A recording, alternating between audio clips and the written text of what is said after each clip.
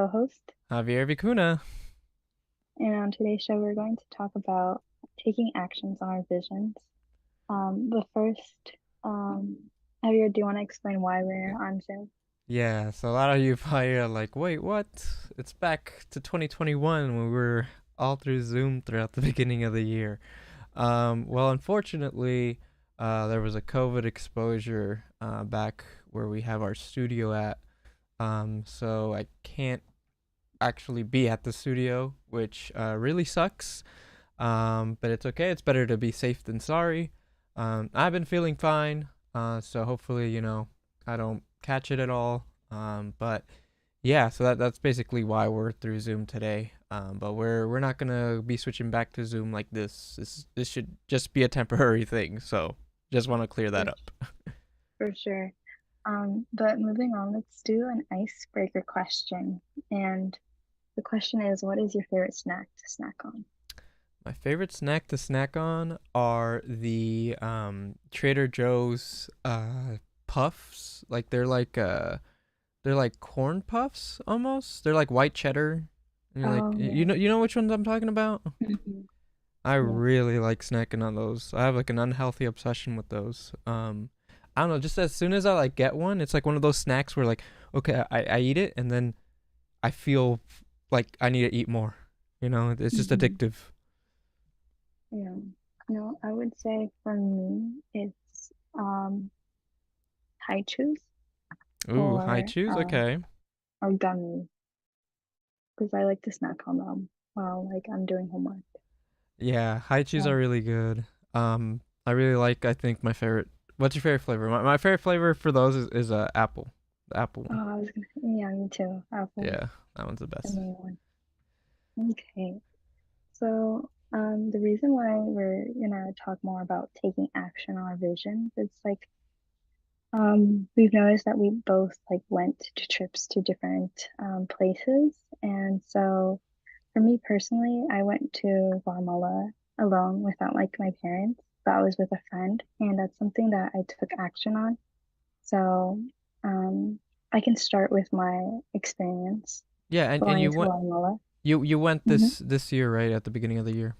Yeah, I went in January, so um, it's like very new, like the stuff that I like learned. So Yeah. it's nice to go over it. Um, but the first question is, how did I ended up going to Guatemala without parental supervision? And funny story, I actually just bought the tickets with my friend, Out of and a whim, then like out of the whim, you just did it. You were like, you know what? I'm buying these tickets. I'm not even gonna ask my parents. no, like she offered to go, and I was like, yeah, yeah, sure, sure. Um, and then she was like, okay, well, I was like, I said no to her. I'm like, it's fine, I'm not gonna go. And then she already asked for her days off for her Oh, work. oh, I And see. then and then I'm just like, okay, like she's actually gonna go. Yeah. And so I was like, no, like I need to go, I need to go. And so that's why I bought the tickets with her. And yeah, and then I told my parents, like, I'm going to Guatemala. They were like, what? Um, but yeah, um and so I kind of like regretted not telling them because like it would have been much more smoother, like the process of like getting the tickets. Because I think we got like the most expensive plane tickets, you know? And um we went to Mexico City, Oh, and there's actually two airports in Mexico City. So yeah. if we the scary part is that the day that we arrived, the other airport in Mexico, they were having a shooting because of the son of Oh, El I Chapo. think and Chapo. Yeah, Really? That was going yeah, on? Holy. yeah, yeah. The exact day But that you he guys were arrived, you guys were in the other airport, not the one we that were was. we were in the other airport. Okay. So if we were to pick that one, because I would have been Jeez, older. yeah, that would have been terrible. Things are like I was seeing like footage of that, and it looked horrible out there. That's crazy that you Mhm. were there on the same day, but luckily you weren't there. You know, on the Yeah, the wrong airport. and Yeah. you know what sucks? You know what sucks is that we just picked the tickets without like checking how safe the airport was, and um we had to stay in that airport for 16 hours And because you guys didn't leave it at all. You guys just you mean you had like a no, 16-hour layover, right? yeah, Yeah, yeah. 16-hour layover, and it was all it was That reminds awful. me because when so I traveled to Japan in 2017 after high school, and I remember our layover was we were originally only supposed to wait for 2 hours for the next plane to arrive, but Mhm. that those 2 hours turned into 8 hours, and it was like you know how when you move, when you travel to a different airport, you have like a different the time changes. Mhm. So your body's already kind of like feeling like it's like let's say it's already 8 p.m. here in California, but over Mhm. there it's like 4 in the morning or something. And it just Mhm. feels super weird.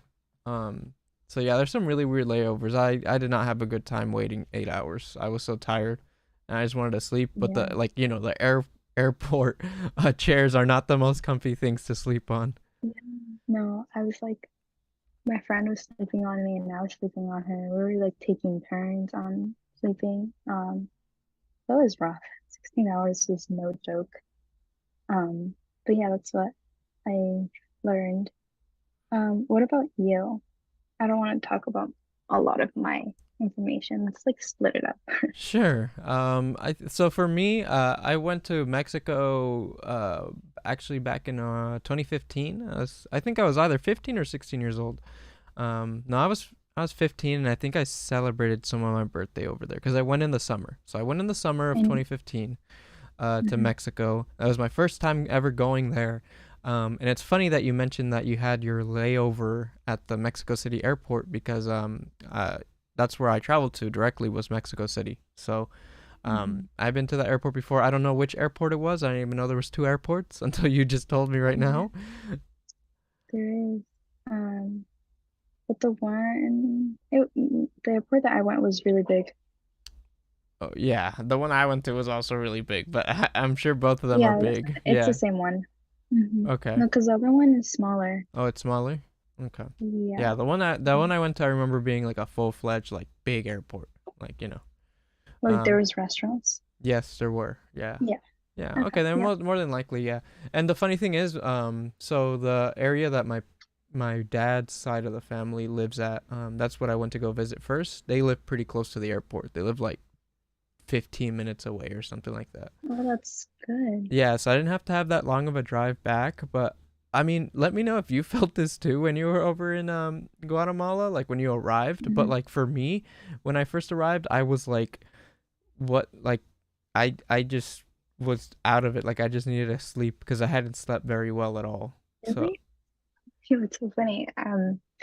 The place that my friend's house is like 7 hours from the airport.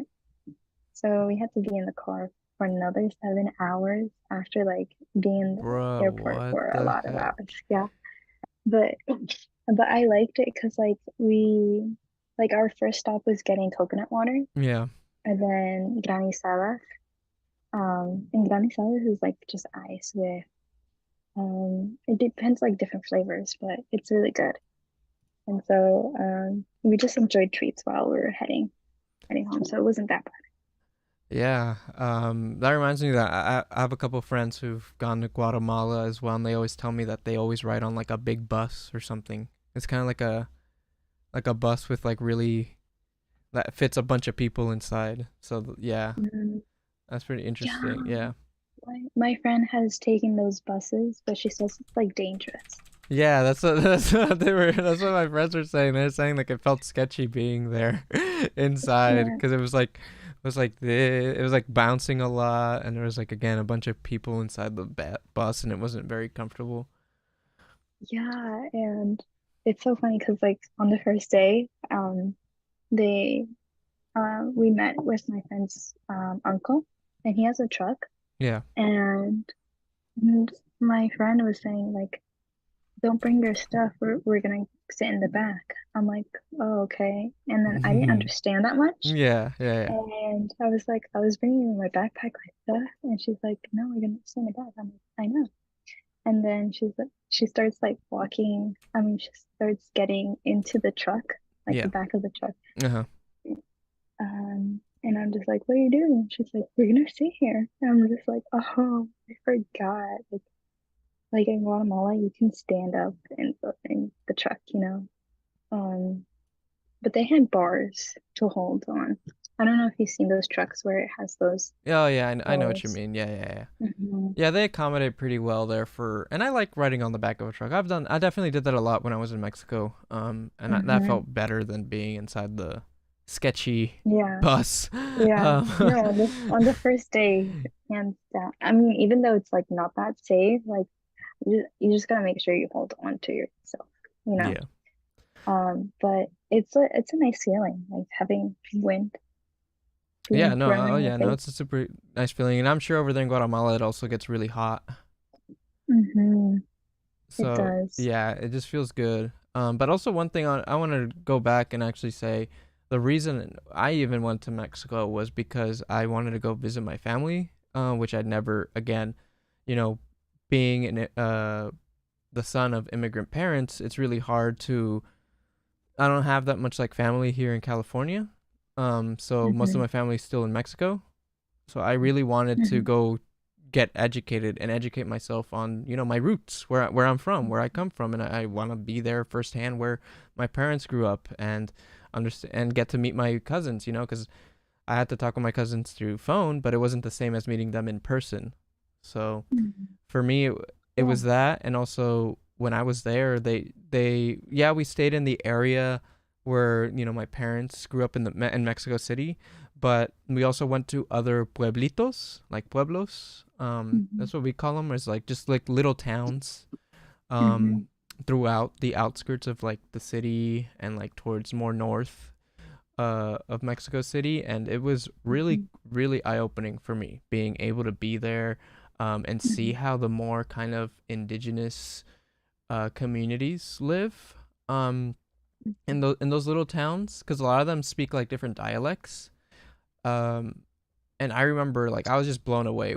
First of all, it was like beautiful over there, like it was these huge mountains with like so many trees and so many birds and beautiful like waterfalls and like lakes and all this. Like I was just like, wow, this is like this is so cool. Like it was just so nice to be there.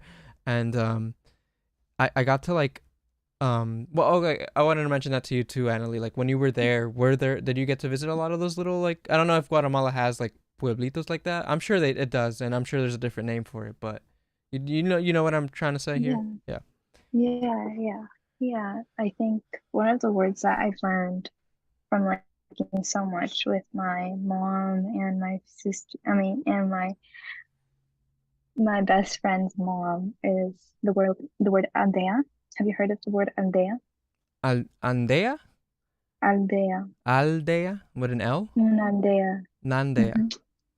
Un aldea. Okay. No? I don't, nah, I haven't heard that word before. Okay. Well, it's like a community, and it's like, you know how Marin County is like its own county, and there's like San Marin and Novato, but they're both inside Marin County. Yeah, I know what you mean. So like an aldea is like basically like Novato inside of Marin County.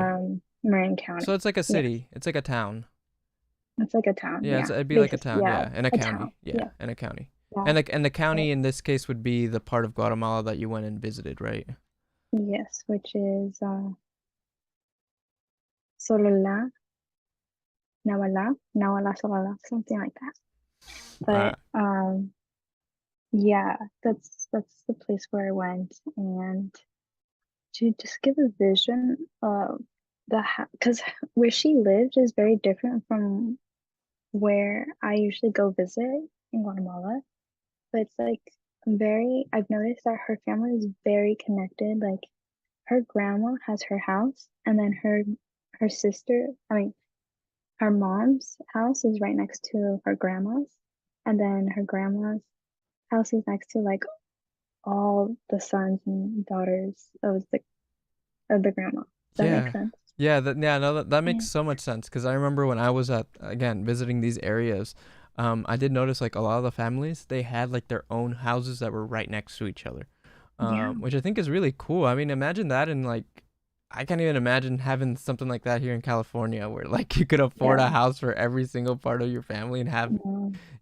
Also, I don't think personally I would like having that much like be that close to my family or like two Hmm. different family members Hmm. if we were all living like in the same like suburbs or cul-de-sac or whatever. um I don't think I would enjoy that very much, but again, that's the thing, Hmm.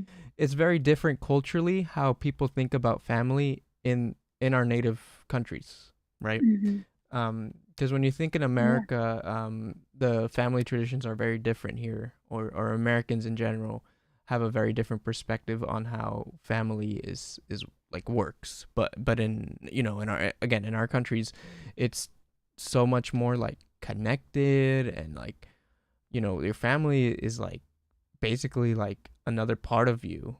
Absolutely, like Hmm. again, like it's another part of you that exists. Like it's a very unique feeling that I don't think you can really experience until you're there in person. I would say.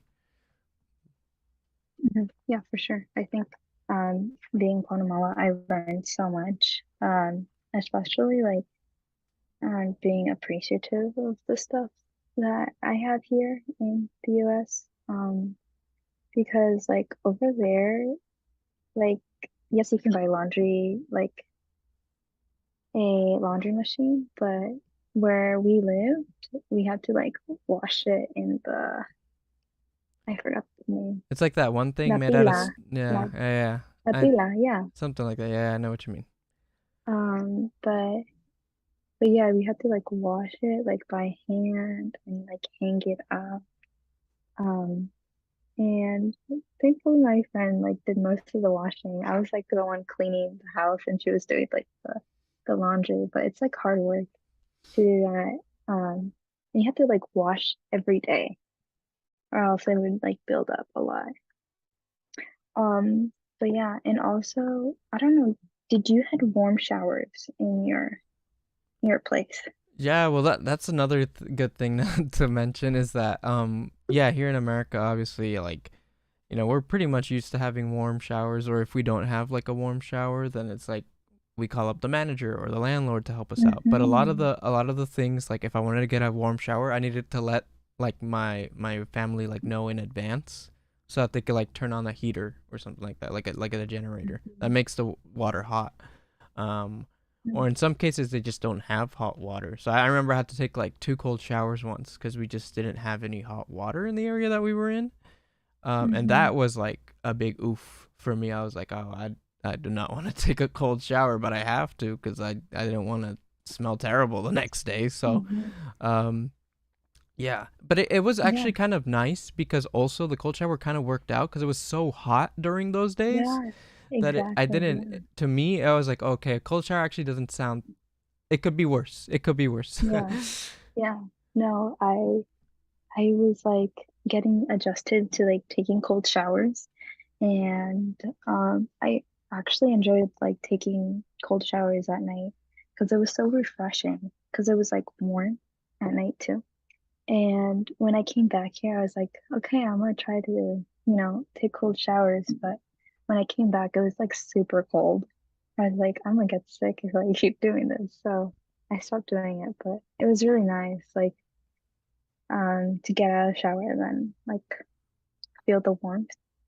So, but yeah, definitely I'm like very appreciative of that. And at least for me, I don't know if you mentioned if you went alone or if you went with your parents to Mexico. Yeah, that's the thing is like I was 15. I went by myself. Yeah, my parents were like a little worried about You're it, but like, yeah, I 15. was 15, but I went by myself. And honestly, throughout the entire trip, I didn't feel like unsafe or like that something bad was gonna happen to me because I would felt comfortable because my Spanish was already pretty alright. It wasn't amazing, but I could definitely get my way around. Wow. The only thing, yeah, go ahead. And did you talk to your family in Mexico before like going there?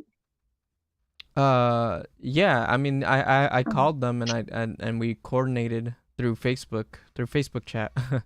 but like, Uh, did you guys like already had your introductions and like talked already? yeah, we had talked prior, yes. But this is like the Oh, first okay. time we were talking like in person was when I saw them, Yeah. right? So, yeah, no, so I was very communicative. Yeah, I wasn't just gonna like show up out of nowhere and not have a plan. Um, no, I didn't do that, but it definitely felt good. I didn't feel uncomfortable at all throughout the whole trip. Like I said, I think I didn't. Mexico City is like a very big city, so there's a lot of different, streets and different ways to make your way to the same place. And also like transportation there, like most people take like the subway. Like they have like a whole subway system there. So that was really cool to get to explore that. Especially here, well, at least here in Marin County, we have the smart train, right? But the smart train didn't even exist in 2015. So, um, Hmm. it was kind of my first time really experiencing like going through a subway, getting that New York experience, right? Because in New York they use a lot of subways. But Yeah. obviously here in California, it's I mean, in the north in the Bay Area, like in San Francisco, the East Bay, they have like the Muni system. But again, I Hmm. never grew up in those areas, so I never really got to experience public transportation like that, other than a bus.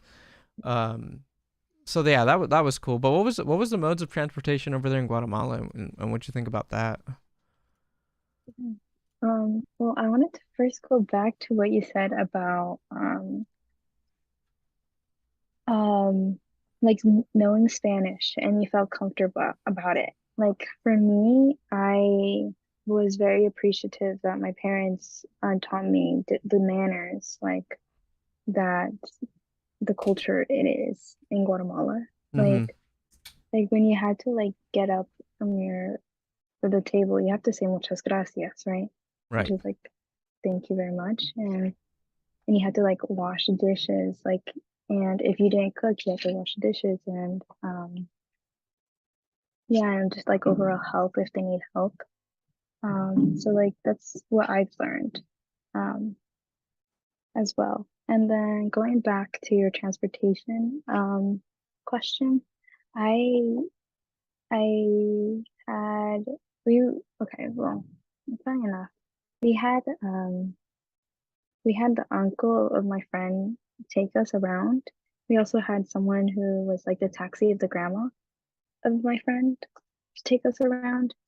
And we also took the bus, just me and my friend, um, to Mazatenango. And Nice. Mazatenango is like a very big, uh, I would say like city, Right. Mm-hmm. um, but it's like very known to be dangerous.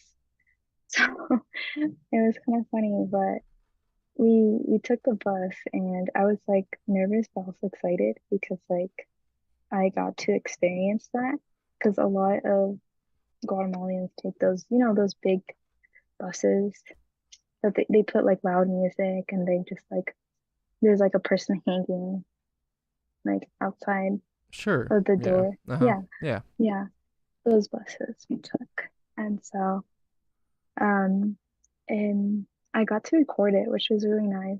I still have to post it, but yeah, that was like some fun experience. Speaking of your Um, phone and recording, how was the reception over there? Like how did that work? Or how was your how did you use your or oh, did you not use your phone at all to make calls? I've been going to Guatemala like a lot of times. But this time specifically, like I went alone without like my family. And I had experiences where I did not have service and it just sucked.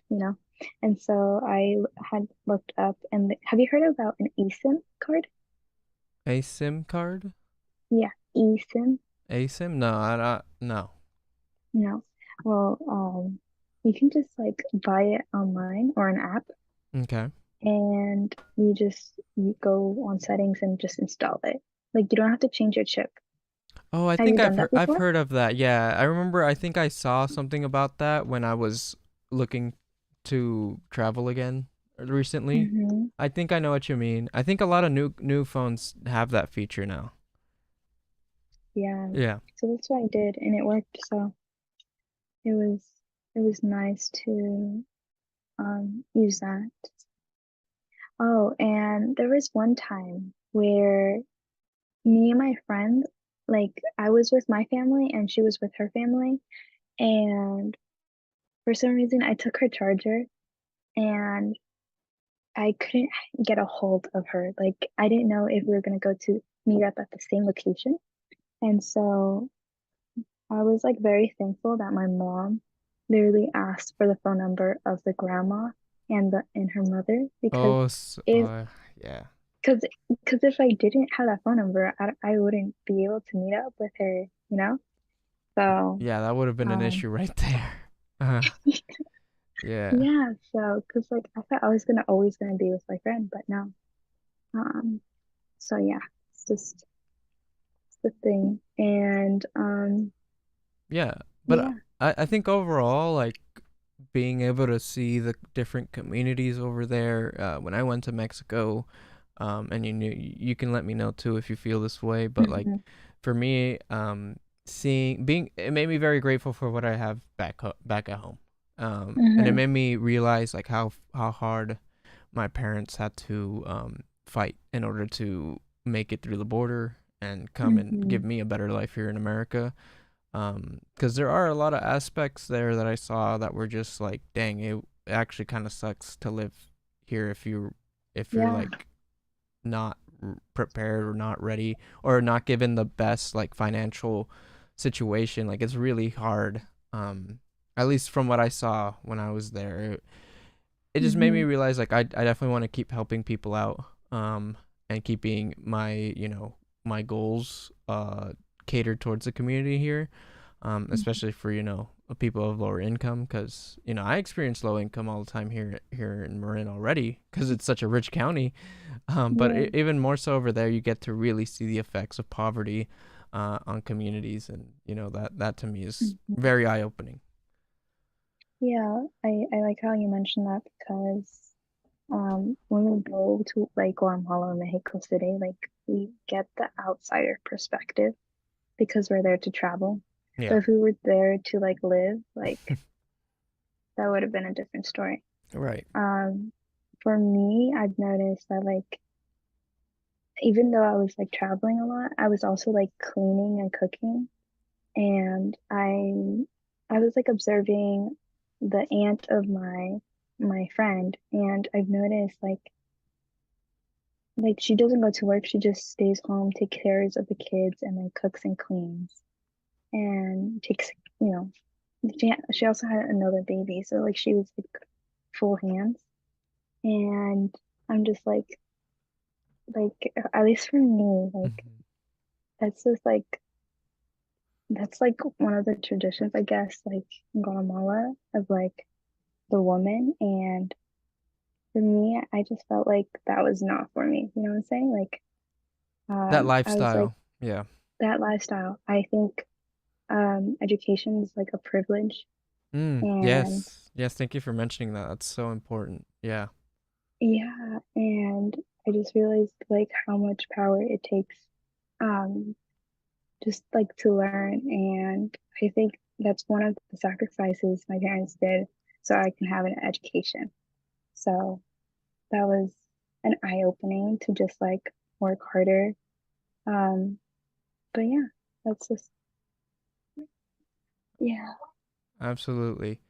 All right, Annalie. Well, let's move forward. I think before we move on to our next portion here of the show, let's take a little Mhm. music break real quick. And we'll be right back. So this is Pa Adelante by Ismael Ray Lara, and we'll be right back.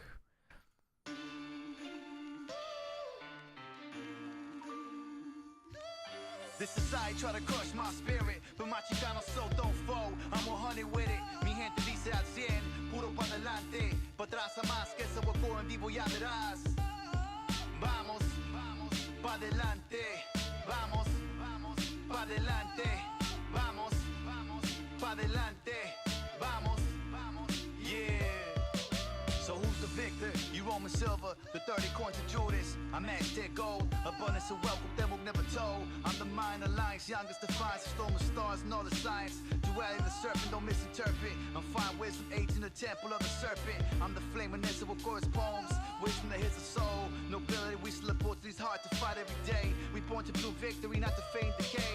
I'm put up for chop princess, anything on her horse, ready for war. We don't die, we regenerate. Victory, our fate. On a cool breeze, I move with ease. My intellect stays strapped. I embrace my heritage, the brown, white, and the black. I got my mind on my studies, and my studies on my mind, ready to hit back with facts.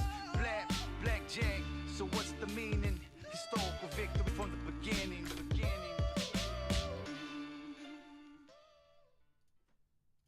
Right, that was a fast song break. I just wanted to quickly do a PSA. So there's a program called Listos California, and it's the state of California's emergency preparedness campaign. And if you don't know, listos means ready in Spanish. And you may find 5 easy steps to prepare for any natural disasters at their website. You can text LISTOSCA,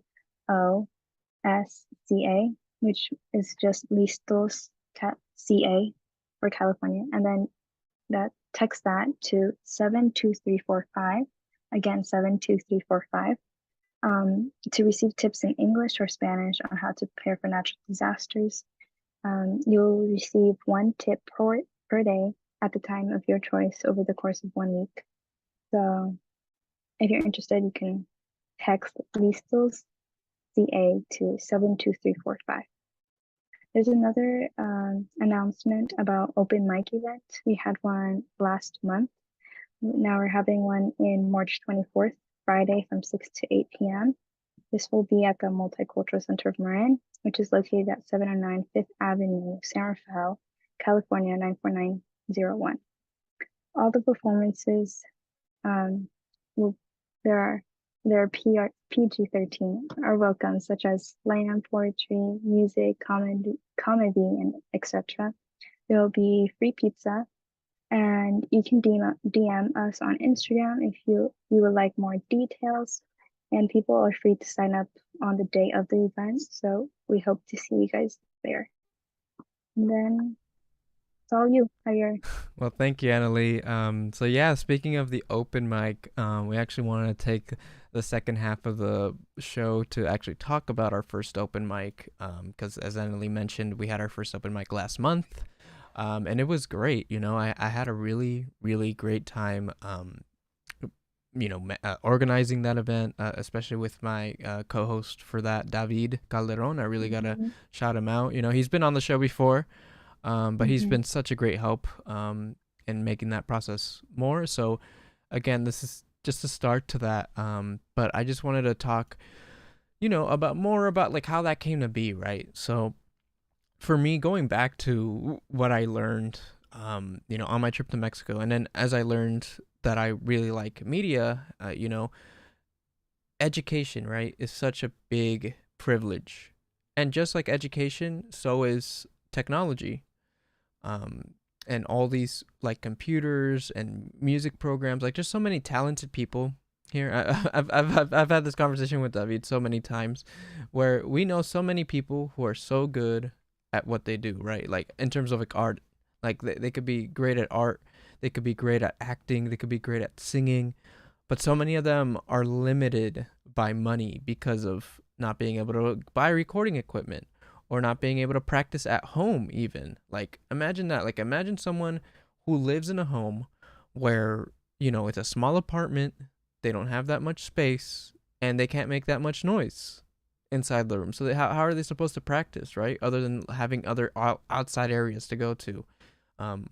So with that, I just, with my passion for the arts and my passion for music and events, the open mic was just something that to me just seems so perfect for all of where all my goals and values line up, which is having a space where people of all different cultures and backgrounds, and can come with no issue of money, just come in and perform their art in any way, shape, or form here. So that was great, and yeah, and it's been great being able to meet David as well, who's really helped me out. Because the reason I even discovered open mics in the area was through David, because he also has been doing an open mic actually in Marin at Next Generation Scholars. It's they try to do it monthly as well, like every Mondays, or not every Monday, but every other Monday, I think. They haven't had one recently, but I remember going to and I was just like, this has so much potential. And I think that's such an important thing to recognize too. Like when you're trying to achieve something and you're trying to take action, you need to visualize what you think it'll look like first as well. Like you need to like dream big, dream of like what the best possible way you can conduct this. And even if your vision isn't exactly like achievable right now, it will be achievable if you just start it. You know what I mean? Like go for it, start it. Even if you have the most basic part of it, as long as the vision is still there, as long as like your values all still line up, then you'll see that people will come. As people come, as it gets more successful, as whatever you're trying to achieve gets more successful, you're going to see results. You're going to, and that applies to like anything really. Like think about it for fitness as well. When you visualize yourself having a nicer body, like being like skinnier or being more fit, right? You visualize that first, and then that's when your motivation starts, right? You get that motivation to want to go to the gym all the day, every day, and start achieving that body, knowing that you can achieve it. It's all about visualizing it, right? So so to me, the open mic has been a really great way for me to really reach that goal of mine, which is to again bring more of these events for artists who again may or may not have the funds to really practice in a big space like the Multicultural Center. But with that said, Annalie, I wanted to actually ask, what did you think of the first open mic? What were some takeaways from it? For me, I really liked how there's like different ages of people who performed, and there's like younger people who had support of their family, and it was really nice to see that they were like I saw that they were kind of nervous, but it's like normal because like you have an audience. But I like how they use their efforts to try it out, and it was amazing to see that there was a lot of like people coming in, and I think we did learn a lot just from the first time doing that. But I wanted Sorry, to ask actually, you, okay, sorry. Before that, actually, I just wanted to mention real quick, yeah, that you said like you were surprised at the amount of people that came, because I was also yeah, surprised by the amount of people that came. That I think we yeah, got around 50 people to show up. Because that was another big worry of mine in the process was, well, what if no one shows up? We rearranged all these chairs, we brought in all the speaker systems. Oh, and then I also have to shout out Ismael, who we just played during the intermission here. Ismael brought his whole sound system, and it's super nice. It sounds incredible, and a lot of the way that the show kind of played out, it wouldn't have played out the same way if it wasn't for Ismael's like help and support. So again, I have to shout him out too, and that's another thing I think people should understand is that don't be afraid to ask for help from people. It's not you don't always have to do everything by yourself. Honestly, I think it's so good. I work really well with groups, so I'm always reaching out to people to like help support and how I can help support them, right? Because I always want to keep things as neutral and as like back and forth as possible, where we're both benefiting, where everyone's benefiting from something as well. So yeah, I really had to shout out to Ismail there because he did a lot, and again, keeping it look very nice and sounding very good. So yeah, but Who so brought the piano?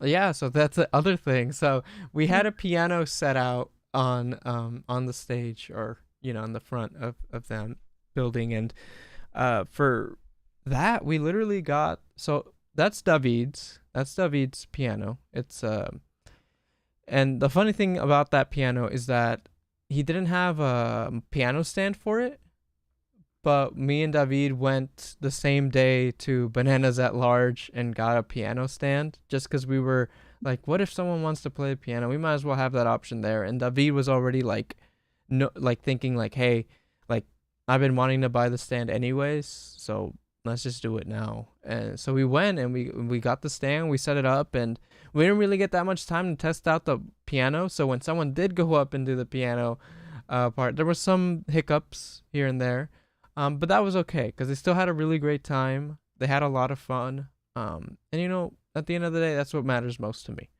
As long as they had a good time and they felt good about it and it makes them want to come back, then that for me is great. Yeah. And how did you end up meeting with David? How did I connect with him? Yeah, So I met David through again, David. those open mics over at Next Generation Scholars. I remember just seeing advertisements for it on social media, and I was like, an open mic here? I had to like see it to believe Oh. it. So I went over. Oh. Yeah. I So thought you met him through his open mics because I thought he did open mics, or did he not? no, that's what I'm saying is that I met him at the Next Generation open mics, which he hosts. Yeah. Oh, okay, Yeah. okay. Sorry if I That wasn't clear makes about sense. that. Yeah. So Mm. so that's how I met him, and then that's how we connected. And he's just such a great guy. Like I have a lot of just nothing but good things to say about him.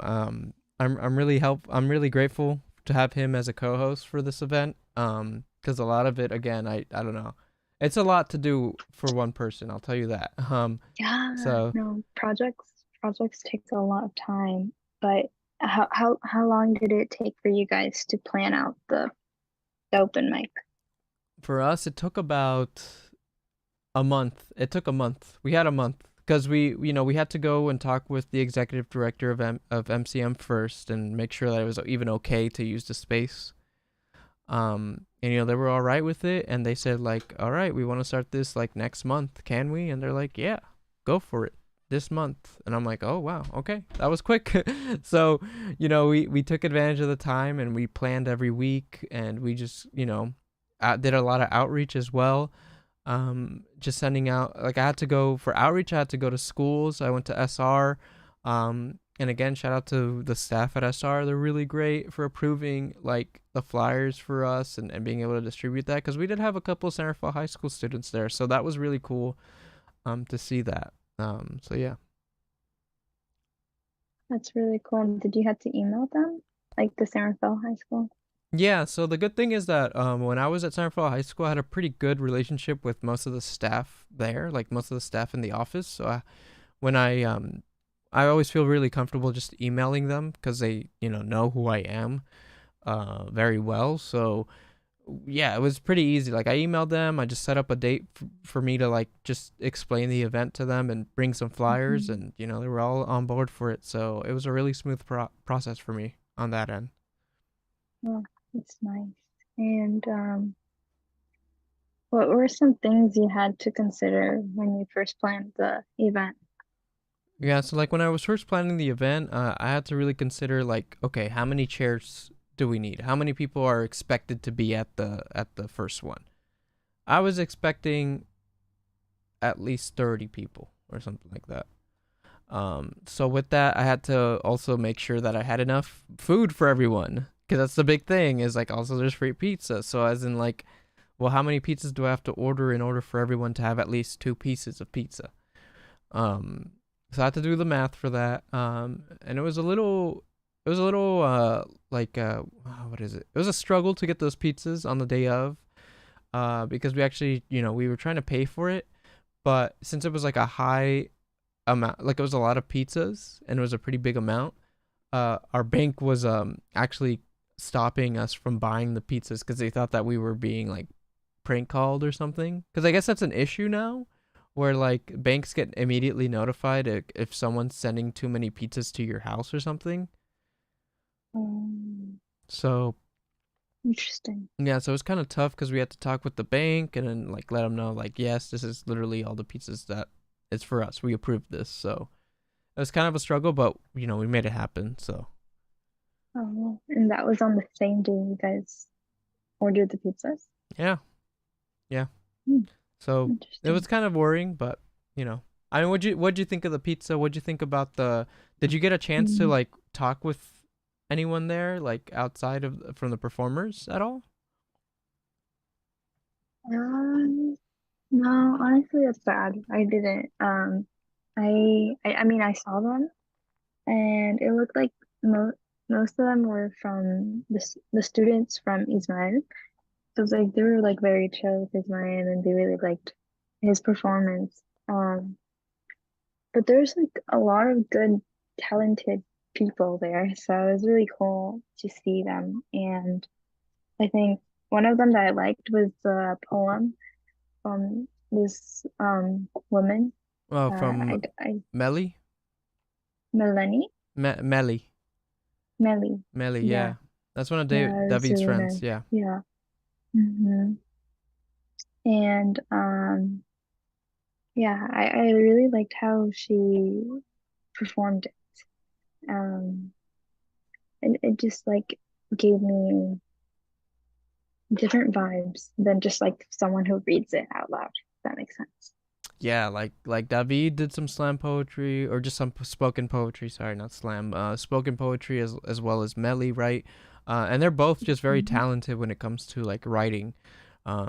And to me, that was my first experience really like hearing someone like speak out loud and like speak poetry like that. And Mhm. it made me appreciate a lot more the art form that is poetry because it's very beautiful when you look at it on how people can like manipulate the words to match like a certain mood or a certain emotion. Like it's just very to me it's just again another cool thing that I don't think I would have ever seen if it weren't for this open mic event. Yeah, I also liked the performance of your friend who sang the Hamilton song. Yeah, so again, someone else who had Mhm. been on our show prior, John Diaz, he went up. That's the awesome John's performance was really cool because well, we were getting towards the end of the show and I started asking people, "Hey, so we still have some time left. So if there's anyone else who wants to go up, this is your time." And John came in like I think halfway through the show already, and I looked at him and was like, "John, do you want to go up?" And then he was all like, I don't know if I want to go up." And I'm like, "No, you should come up." And he did. He came up. He came prepared. Obviously, he had the song like memorized and everything. And yeah, so he did like My Shot from Hamilton, and he did an awesome job. It was like a 5-6 minute song, and he did the whole thing. Yeah, I think it was really cool, and I'm pretty sure he like was prepared because it turned out really good. And yeah, I really liked it. But what did you learn so far from the first open mic? And what do you plan to change? Yeah, I mean, a big one definitely was keeping things PG-13 for next time. I had trust because, on the open mic night website, we do have the fact that it's a community event. It's an all ages event. So it's an event. I mean, it's not at a bar or something, right? It's not like a bar open mic or something like that. So I expected people to come in with an open mind and with a pretty you know easy like a good way of knowing how to read an audience. But unfortunately, that did not happen with at least only one of the acts. Um, so yeah, so for me, it was like being having to be there for that act, which was a comedy act. So this man came in, he did some comedy, and at first he started innocently enough, right, with like an innocent little joke about pizza, but then it quickly devolved into some really inappropriate stuff that I can't even mention on this show right now. It was really bad. It was very cringy. It was hard to hear. Um, and it was just kind of like it was a second act, you know. So for me, that was like a huge deal because I had to, you know, to me it was like I hope that the next acts aren't like this because I didn't actually come up with any guidelines for anything. So now I have guidelines. Now I'm gonna be looking over what people have to say, especially comedians. You know, I love comedy as much as anyone else, especially like, you know, you could be as like degenerate as you can with comedy, but like there's a time and place for that kind of stuff. And it's definitely not at a community open mic. So that was a bit of an issue that happened. But you know, we survived through it. It was only the second act, and all the other acts were incredible. And our opening act was Ace Boogie, who was a rapper, and he did amazing. You know, he was incredible, and I'm so happy that he got to start off the show. He volunteered to go first, um, and yeah. So to me, it's just you gotta understand that when you're doing something for the first time or testing the waters, like just understand that you know there's always going to be something that goes wrong. There's always going to be something that goes wrong, and it's okay. You know, it's just part of the process. I learned so much from the first one, like I said. And so also I've come to realize how I can organize the sound better, how I can organize the sets better now, because David and I have actually been doing our homework, and we've been going to other open mics in the area together. I've just been seeing how people run their open mics, so that's been really cool. And yeah, That's good.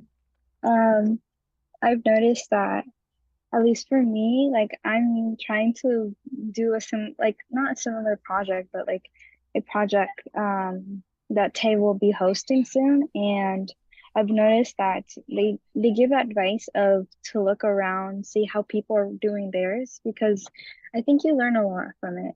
Um, you learn like what you want in yours and then what you don't really want. And I think it's a good idea that you're going around and checking like what you should do and stuff like that. Because like what you said, like the first time that you host like an event is just like a learning phase. Um, like there's a lot of stuff that can go wrong on your first time planning an event, but overall, I think it went well. Because like they only lasted for 3 minutes and it could have gone worse, you know. yeah, it definitely Hmm. could have been worse. But now again I understand how pacing works, and it's just important to look over like for whatever you want to achieve.